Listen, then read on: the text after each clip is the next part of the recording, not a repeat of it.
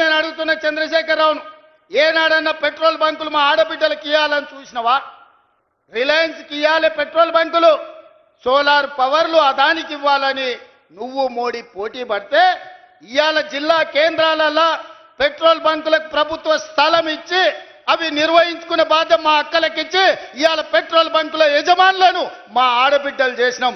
Reliance తోని పోటీ, అంబానీతోని పోటీ పడే విధంగా మా ఆడబిడ్డల్ని ఇవాళ తీర్చిదిద్దినాం. ఇదే కాదు, ఈరోజు సోలార్ విద్యుత్తు, ఇంటికి ఉచిత విద్యుత్తు తీసుకోవడం కాదు, ఇవాళ సోలార్ విద్యుత్తు అదానితో పోటీ పడే విధంగా 1000 మెగావాట్లు సోలార్ విద్యుత్ ఉత్పత్తి చేసే కాంట్రాక్టు ఒప్పందాలు మా ఆడబిడ్డలకు ఇచ్చి ఈరోజు ప్రభుత్వంతో ఒప్పందాలు చేసి కోట్ల రూపాయల వ్యాపారం సోలార్ విద్యుత్ ఉత్పత్తి ఈరోజు 1000 మెగావాట్లు మా ఆడబిడ్డలకి ఇవాళ ఇచ్చిన. మా అక్కలకి ఎప్పుడైనా నువ్వు ఇట్లా చేయాలని ఆలోచన చేసినావా చంద్రశేఖరరావు? నీకు ఆలోచన వచ్చిందా?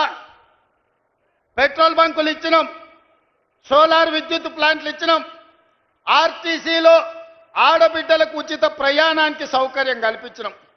ఆ ఎల్లా మా అక్కలు కురుమూర్తి జాతర పోవాలంటే, లేకపోతే వనపర్తి నాగవరం జాతరకు పోవాలని, రాజనగరం జాతరకు పోవాలంటే ఇంటి ఆయన నగదు ఇవ్వాలి. ఆయన లేవుపో మళ్ళీ చూద్దామంటే మళ్ళీ ఎన్నడో వచ్చినాడు. అమ్మగారింటికి దసరాకో దీపాలకు పోయేస్తా అంటే ఇప్పుడు కిరాయి పైసలు ఏడున్నాయి పో అనేటోడు. అమ్మవారిని దర్శించుకోవాలన్నా, అమ్మగారి ఇంటికి పోవాలన్నా మా అక్కలు అడుక్కునే పరిస్థితి. ఇవాళ ఆర్టీసీ బస్సు, నేను మీ తమ్ముడు ముఖ్యమంత్రి అయినాక మా అక్కల్ని అందరు నడుతున్న, ఇక్కడ ఉన్నోళ్ళని అక్కడ ఉన్నోళ్ళని, ₹1 ఎవరన్నా అడిగినరా అక్క బస్సుల్లో? ఎవడన్నా మిమ్మల్ని రూపాయి అడిగితే మీ తమ్ముడు ఫోటో చూపించురు, ఇగో మా తమ్ముడు ఈడు ఉన్నాడు, పోయి మా రేవంత్ దగ్గర తీసుకోపోను రమ్మా, మా కిరాయి పైసలు మా తమ్ముడు ఇస్తాడని. ఇవాళ ఏడికి పోయినా మీకు ఉచితంగా బస్సులో పోయే ప్రయాణం మీ తమ్ముడు తెచ్చిండు కదా అక్క, తెచ్చిండా లేదా? స్వతంత్రం వచ్చినప్పటి నుంచి ఎప్పుడైనా ఆడబిడ్డలు ఆర్టీసీలో ఉచితంగా ప్రయాణం చేసిండ్రా? ఇవాళ మా అక్కలకు ఉచిత ప్రయాణానికి 6500 కోట్లు ఖర్చు పెట్టిన ఈ 18 నెలల. ఇవాళ బస్సులో ఉచిత ప్రయాణమే కాదు, ఆనాడు ఆర్టీసీకి ప్రైవేటు పెద్ద కంపెనీలు బస్సులు కొని కిరాయికి పెట్టి కోట్ల రూపాయలు వాళ్ళు సంపాదించుకుంటారు. అరే నీ అమ్మ, ఇట్లా ఎవడో సంపాదించుకునేది ఎందుకని ఇవాళ 1000 బస్సులు మా సంఘాలకు కొనిచ్చి ఆర్టీసీ కిరాయికి పెట్టినాం. మా అక్కలందరూ ఇవాళ 1000 బస్సులకు యజమానులైనరు. ఉచితంగా బస్సు ప్రయాణం కాదు, 1000 బస్సులకు యజమానులై ఈ బస్సులు మావి అని మా ఆడబిడ్డలు ధైర్యంగా గుండె మీద చేసుకొని చెప్పేటట్టు ఇవాళ తీర్చిదిద్దిన మా అక్కల కోసం నేను కష్టపడుతున్నా. ఎందుకంటే ఇంట్లో అక్క కష్టం నాకు తెలుసు. అదేవిధంగా చంద్రశేఖరరావు ఆయన కొడుకు సెల్ఫీలు దిగుతారు, సెల్ఫీ డబ్బాలు కొడతారు. ఏడా కాంగ్రెస్ కట్టిన శిల్పారామం దగ్గర ఐటీ కంపెనీలు తెచ్చినా భూములు ఇచ్చినా అంటాడు. నువ్వు ఐటీ కంపెనీలు తెచ్చి భూములు ఇచ్చినవో లేదో కానీ మా ఇందిరా మహిళా శక్తికి 100 కోట్ల రూపాయల భూమి హైటెక్ సిటీ పక్కన శిల్పారామాన్ని ఆనుకొని ఎకరాల కొద్ది భూమి ఇచ్చి 150 షాపులు తెరిపించి గ్రామాలల్లా, తండాలల్లా, గూడాలల్లా మా ఆడబిడ్డలు తయారు చేసిన వస్తువులు, తిను బండారాలు ఇవాళ శిల్పారామం పక్కన ఈరోజు ప్రదర్శన పెట్టి ప్రపంచంతోనే మా ఆడబిడ్డలు పోటీ పడుతున్నారు.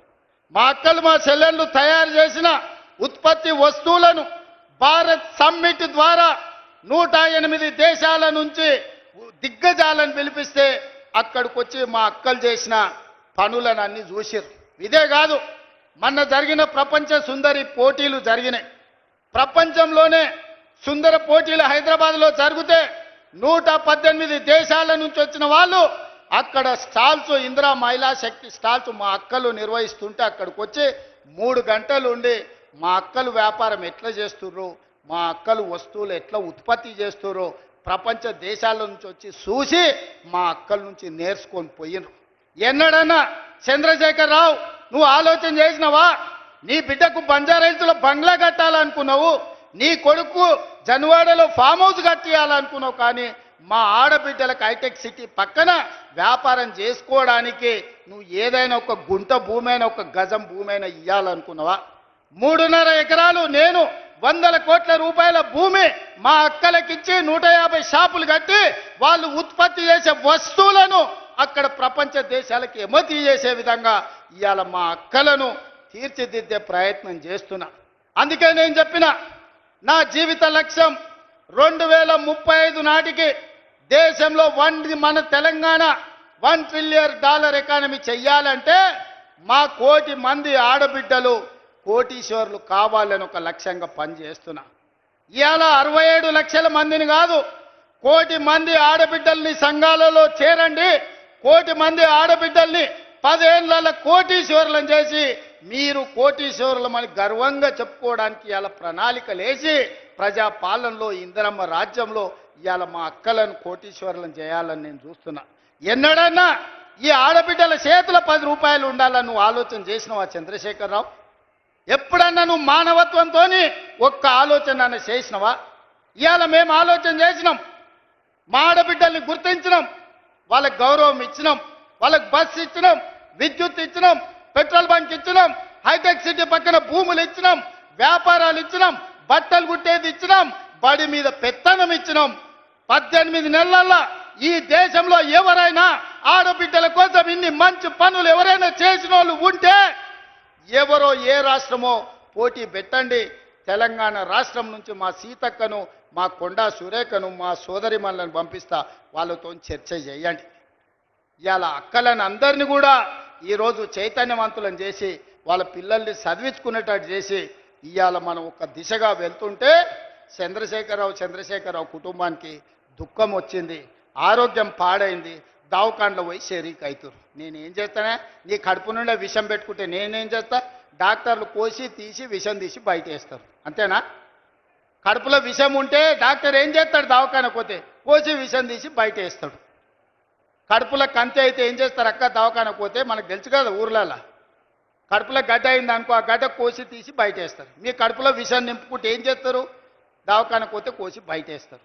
ఇవాళ కడుపు నిండా విషం పెట్టుకొని మా ఆడబిడ్డల అభ్యున్నతి మీద ఇవాళ దుఃఖం గురించి మాట్లాడుతారు. ఇక నిరుద్యోగ యువకులు ఆనాడు అగ్గికి ఆవుతైన వాళ్ళు కొందరు, ఉరి కొయ్యలకు వేలాడి ఉరేసుకున్న వాళ్ళు ఇంకొందరు, రైలుకు ఎదురేగి ప్రాణ త్యాగాలు చేసిన వాళ్ళు ఇంకొందరు. తెలంగాణ ఉద్యమంలో ఉస్మానియా కాకతీయ యూనివర్సిటీల విద్యార్థులు వీరులై ఆకాశానికి ఎగిరినరు, తారలై ఆకాశంలో మెరిసినరు తెలంగాణ రాష్ట్రం కోసం. వాళ్ళు కొట్లాడిందే కొలువుల కోసం. 2 లక్షల కొలువులు ఖాళీలు ఉంటే ఆ కొలువులు నింపలే. నీ బిడ్డ ఎంపీ కొడిపోతే ఎంబడే ఎమ్మెల్సీ ఇచ్చినావు.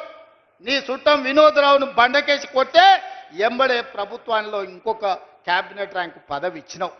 నీ కొడుకుకు మంత్రి ఇచ్చినావు, నీ అల్లునికి మంత్రి ఇచ్చినావు, నీ సడ్డకుని కొడుకుకి రాజ్యసభ ఇచ్చినావు, నీ ఇంటి నిండా కొలువులు ఇచ్చుకున్నావు. కానీ మా చదువుకున్న పేదోళ్ళ పిల్లలకు ఎక్కడైనా కొలువులు ఇచ్చినవా?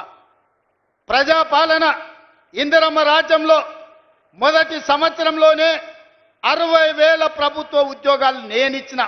ఎల్బీ స్టేడియంలో లెక్క తప్పంటారని, తప్పుడు కూతలు కూస్తారని కుటుంబాలతో సహా ఉద్యోగాలు వచ్చిన పిల్లల్నే కాదు వాళ్ళ తల్లిదండ్రులను కూడా పిలిపించి ఎల్బీ స్టేడియంలో మేమెక్కడ ప్రమాణ స్వీకారం చేసినామో గక్కనే 60,000 మంది ప్రభుత్వ ఉద్యోగాలు కొలువులు ఇచ్చి 60,000 ఉద్యోగాలు ఇచ్చిన లెక్క కట్టుకో.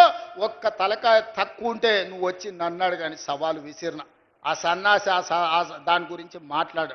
ఇప్పుడు కూడా నేను చెప్తున్నా, 2.5 సంవత్సరాలు పూర్తి చేసుకునే లోపల మా పరిపాలన 2.5 సంవత్సరాలు పూర్తి చేసుకునే లోపల ఇంకా 40,000 ఉద్యోగాలు ఇచ్చి మొదటి అర్ధ భాగంలో 1,00,000 ప్రభుత్వ కొలువులు ఇచ్చి దేశానికే ఆదర్శంగా నిలబడి తెలంగాణ మోడల్ అంటే ఇదిరా, తెలంగాణ రాష్ట్రంలో నిరుద్యోగులను ఆదుకునే సోదరుడు ఉన్నాడు, ప్రభుత్వ కొలువులు వస్తాయి, చదువుకున్న పిల్లలకు వాళ్ళ కులాలు చేపలు పట్టుడు చెప్పులు గుట్టుడు కాదు, వాళ్ళు ప్రభుత్వ కొలువులు చేస్తే వాళ్ళ తల్లిదండ్రుల జీవితాలు మారుతాయి.